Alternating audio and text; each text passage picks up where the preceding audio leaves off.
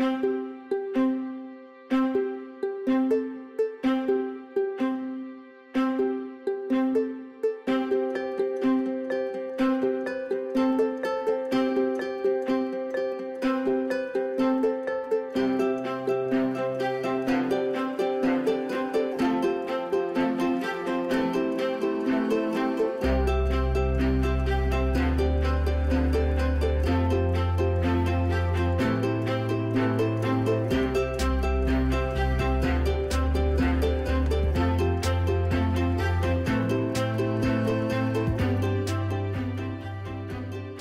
me semble que les trois maîtres mots de ce projet sont intégration, transparence et patrimoine. L'intégration, nous avons voulu que le projet s'inscrive dans la structure urbaine de la ville, qu'il n'y ait pas une rupture, qu'on n'ait pas un choc, mais qu'au contraire, qu'on ait l'impression que les choses sont venues tout naturellement en termes d'alignement, en termes de hauteur, en termes de matériaux. Transparence, c'est un projet, puisqu'il relie deux rues, la rue Babs et la Grande Rue, il était essentiel qu'on ait, si vous voulez, une transparence d'un passage à l'autre à travers des passages ouverts, des vues vers le jardin, des accès vers le jardin. Et finalement, patrimoine, je crois que c'est là peut-être où on a pu développer des idées extrêmement originales.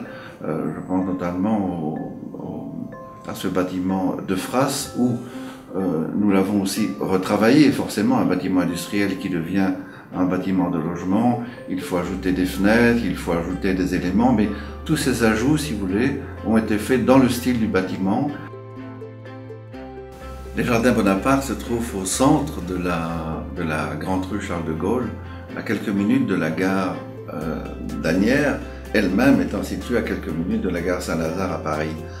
Donc on peut dire qu'habiter Grande Rue, les Jardins Bonaparte, c'est pratiquement habiter Paris.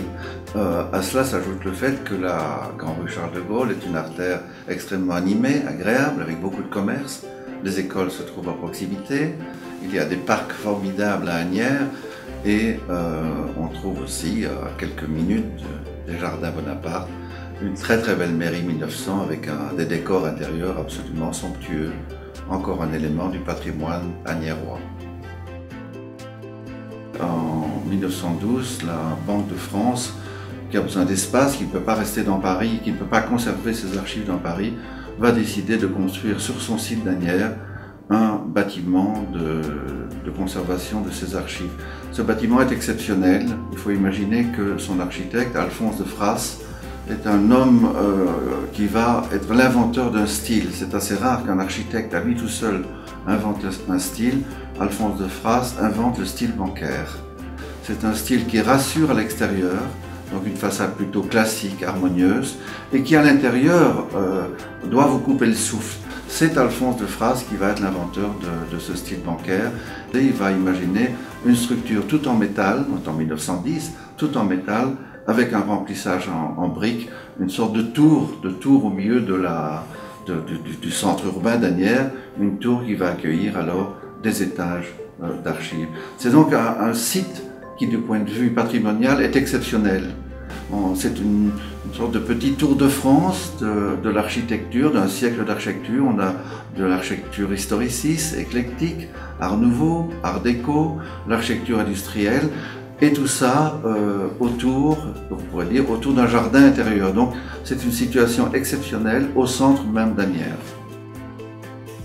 Donc à partir de l'analyse des bâtiments existants et de leur potentiel, on s'est rendu compte qu'au fond les maisons, la Banque de France et l'ancienne maison du notaire Grand Rue pouvaient facilement être transformées en appartements puisque c'était déjà une partie de leur fonction.